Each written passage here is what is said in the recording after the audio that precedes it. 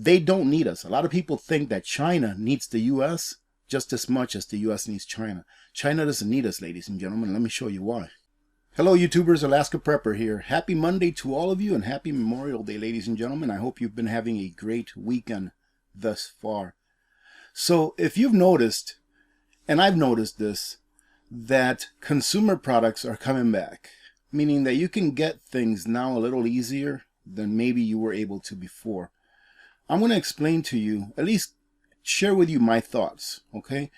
I'm going to share with you my thoughts and try to explain on why I believe this is happening and why I believe that we have a limited amount of time or a window in time in which we can stock up on those things that we know we're going to need. Consumer products, not food, right? Food you should be prepping all the time, ladies and gentlemen. Why? Because food is universal. Everybody needs it. Not everybody needs a phone. Even not everyone even needs car tires. Some people don't even drive. But you may need bicycle tires, you may need bicycle chains, inner tubes, etc. Just things that maybe you saw that were out of stock for a while, and now they're back in stock. The American people are going to be entering into a second Great Depression, probably a lot worse than the one that we had before. And I'm going to show you something here. I'm going to show you a couple of charts that is going to show you how severe things are going to get. I believe that a lot of businesses are going to end up closing their doors ultimately just because people are too cash strapped to go out there and spend on anything but necessities. But like I said in the beginning, stores are starting to get filled up again, and you're noticing that there are more consumer items on the shelves, but not that many people are buying them. That's the first sign that people are cash strapped. Number one, that they don't have too much cash, and also that we've reached a level of debt saturation, meaning that so many people are in so much debt that they can't afford to swipe their cards anymore. They can't afford to take any more equity out of their homes by refinancing their mortgages with a cheap loan, because loans are not cheap anymore. They're, I think, 5.7% mortgage loans nowadays. So people are cash strapped and they're debt saturated. And that is going to cause an overflow in consumer items because people just cannot buy them. So for the next several months, I believe that you're going to have an opportunity to go out there and stock up on some of those things that maybe you did not find before, and even at sale prices. And if you've heard me talk in the past about that, we're going to have a period of respite. We're going to have a period where things are available, where things maybe are not as expensive as they were before. In my opinion, with the exception of food. Food and energy is going to continue to go up. It's leveling off just a little bit right now, but it's eventually going to continue to go up even higher than what we've seen it in the past. Not saying that it's come down significantly, but it's just going to continue to go up. So continue to prep on your food, on those things that you need to live. I'm talking here about things that maybe give you a better standard of living. For example, in the past year, maybe you couldn't find that phone you were looking for. Well, I'm going to go out there and I'm going to try and see if I can purchase an identical phone to the one that I have. Leave it in the box and just put it in a corner somewhere and keep it stored. That way, when I drop my phone in the next year or two, or something happens to it where it crashes, I already have that exact same phone, and all I have to do is just go to the store and have them switch over to that phone. That's something I'm going to do. That's just an example of what I'm going to do. So this, ladies and gentlemen, is just a chart that shows what the average American spends on things that they need for everyday living. All right. So right here, it goes from the lowest percentile, 20%, all the way to the highest percentile, 20%. So there's 5 of them, right? Because there's 520s and 100. But we're going to go ahead and take the average. And as you can see here, the blue is housing. Okay. This dark blue is transportation. So we'll just leave our mouse here on this one. So the average person in the United States, or family, whatever you want to call it, spends about 35%. And this is as of 2020, ladies and gentlemen. Remember all of the inflation that we've incurred between 2020 and today. We're going to try to add that in. So we've got housing at 35%, transportation 16%, food 11%. And when they say food, they mean all types of food, whether you're eating out or eating in or anything like that. I think that eating in, meaning cooking your own food at home, is like 9 point something percent. Personal insurance and pensions, which means the Social Security that they take out of your paycheck, you know, the 401k that you contribute to, etc., right? It's 11.8%. Healthcare, 8%. Entertainment, cash contributions, apparel and services, we won't even consider those. So here we have our calculator. Let's go ahead and add those up. 34.9 plus 16. And that's it. So right now we are at 83%. So right now this says that 83% of an average person's paycheck goes to things that they need.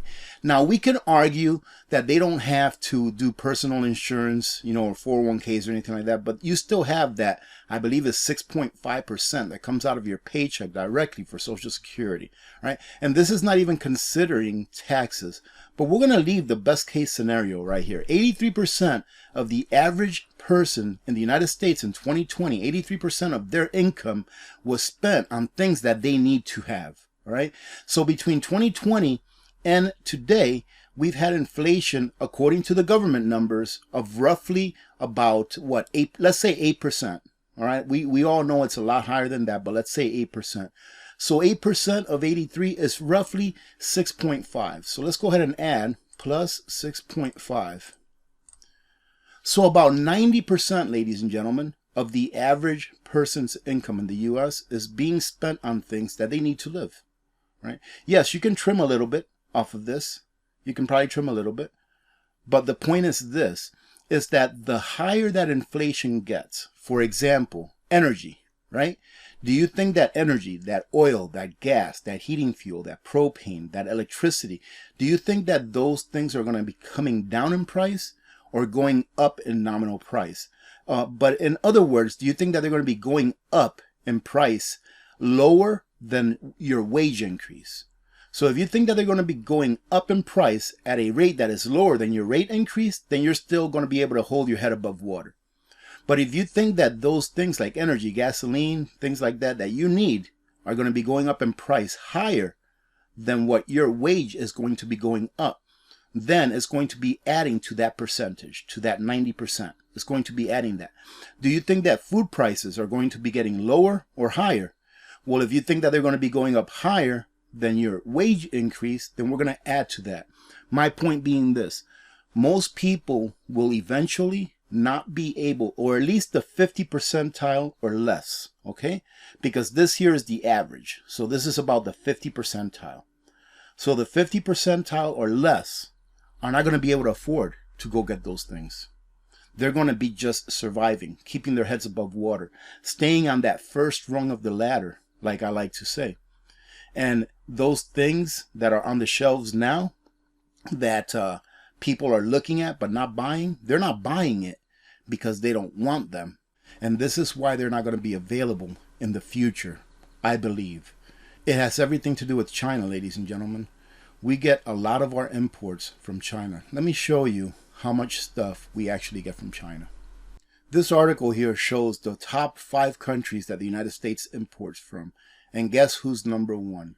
All right. And then I'm going to show you the next 4 countries after China and show you what it is that we import from them. Remember when I told you here, I think it was during our last live, that we really don't make anything here in the United States. And those things that we make really don't have that much value to other countries when they're trading with us. We're going to skip China for now. But we trade with Canada. Canada is our second highest trading partner. More than 75% of Canada's exports go to the United States, and that's good for us.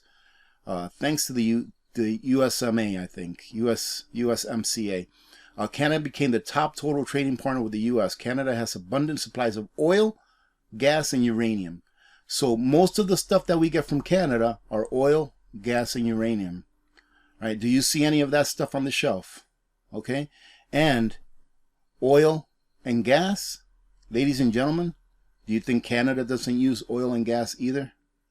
They're probably going to be keeping a lot of what they make. And plus, with that pipeline being shut down between Canada and the United States, even if we do import oil and gas from Canada, I don't know why, because we have the capability of just drilling for it ourselves, but I digress.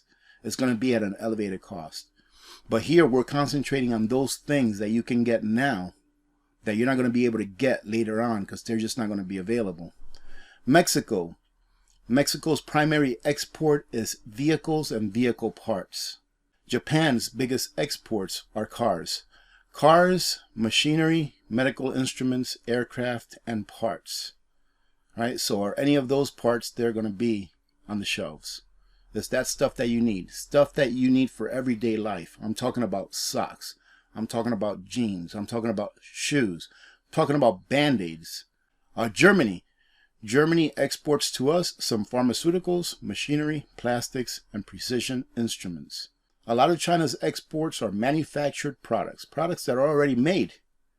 And they're made for U.S. companies. And a lot of companies, what they do is they purchase raw materials from other nations, or we send some from here to China.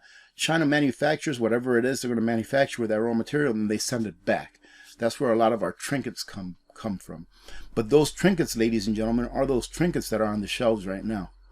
And eventually those trinkets are not going to be available, ladies and gentlemen, and this is why. Here, not too long ago, I believe it was in a press conference that the President of the United States made some kind of a gaffe where he said that if China does invade Taiwan, that we would take action, meaning that the U.S. government would take action towards China. China didn't like that. And China knows that they send us a lot more stuff than what we sent them. All right, than what we sent them. We have set China up for success, whereas we have set ourselves up here for failure.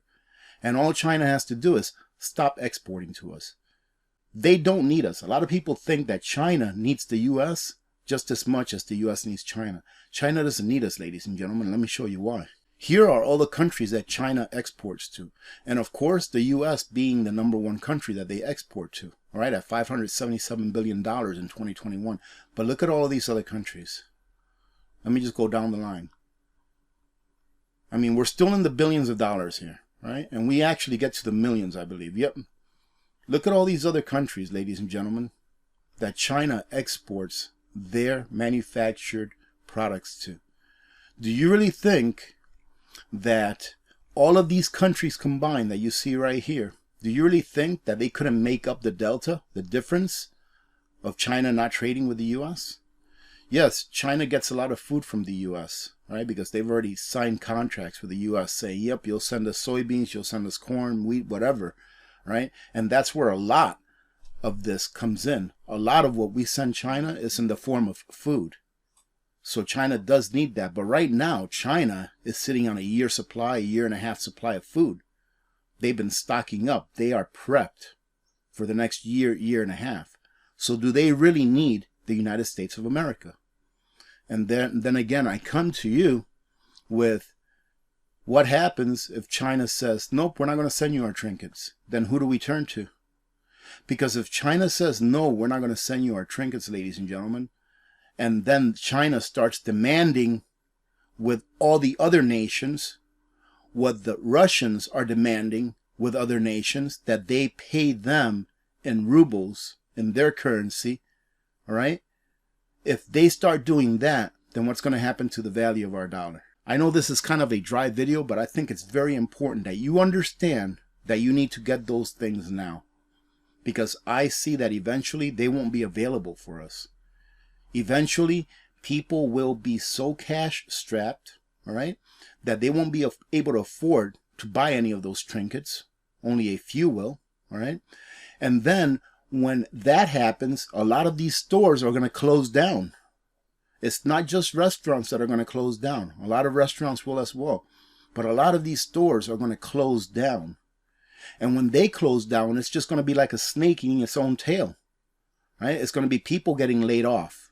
And then those people not being able to support the system by buying stuff either. Just surviving.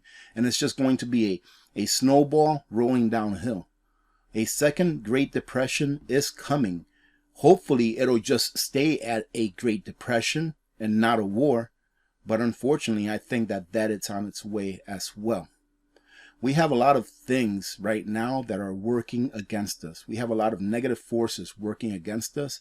And in my opinion, one of the best things that we can do is to prepare for the time when these things actually come into reality. When you actually go into a store one day and you won't be able to find anything of what you need. Well, it's there now, ladies and gentlemen. That's my point. It's there now. Don't care about what someone says. Don't care about what someone calls you. Unless they feed you and feed your family and provide you and your family with what it is that you need, don't care about what they say. Trust me, I've heard it a lot. There's other YouTube channels out there that think that I'm crazy, that criticize what I say, criticize what I do. That's fine. But do they pay my bills? No. If my child were to get hurt today, if she were riding her bike and fell down and broke her arm, are they going to take my child to the hospital? No. If one day there is no aspirin available or ibuprofen available or whatever it is, and she has a headache, are they going to come and give me what I need to relieve her pain? No. Why would I listen to them? Why would I care what they have to say? I'm not asking you to listen to me. I'm asking you to think about what I just talked about and then take into consideration for yourself. Does this make sense? And if it doesn't make sense, then that's okay. That's all right, because it is you, ladies and gentlemen, that will have to live with the consequences of the decisions that you make today, tomorrow. But at least think about it and you do your own research. That way you can validate for yourself whether it's the right thing for you to do or not. Getting an extra set of tires can't hurt anything if you have the money to do it now. If you don't and you want one, go out there and do something to earn it. Don't tell yourself that you can't do it. Instead, tell yourself, what can I do to do it? All right, ladies and gentlemen, that's another thing out there, is that people give up too soon. You don't know how many comments I see of people saying, I just can't afford that. That's okay. There was a time in my life when I couldn't afford a darn thing, where I was living on peanut butter and bread for over a month. Okay? Going to work, coming home, eating peanut butter and bread. But I did what I had to do. All right? So if you can't get something, don't tell yourself you can't get it. Ask yourself, what can I do in order to be able to get that? Whatever it may be. All right, I'll go ahead and leave it at that, ladies and gentlemen. I hope you got something out of this. There is a time coming where you will not be able to find what you need on the shelves. Right now it's plentiful, but eventually it just won't be there. So get it now if you can. And if you can't, check this out. And I'll finish it off after I say this. If you can't, that's okay.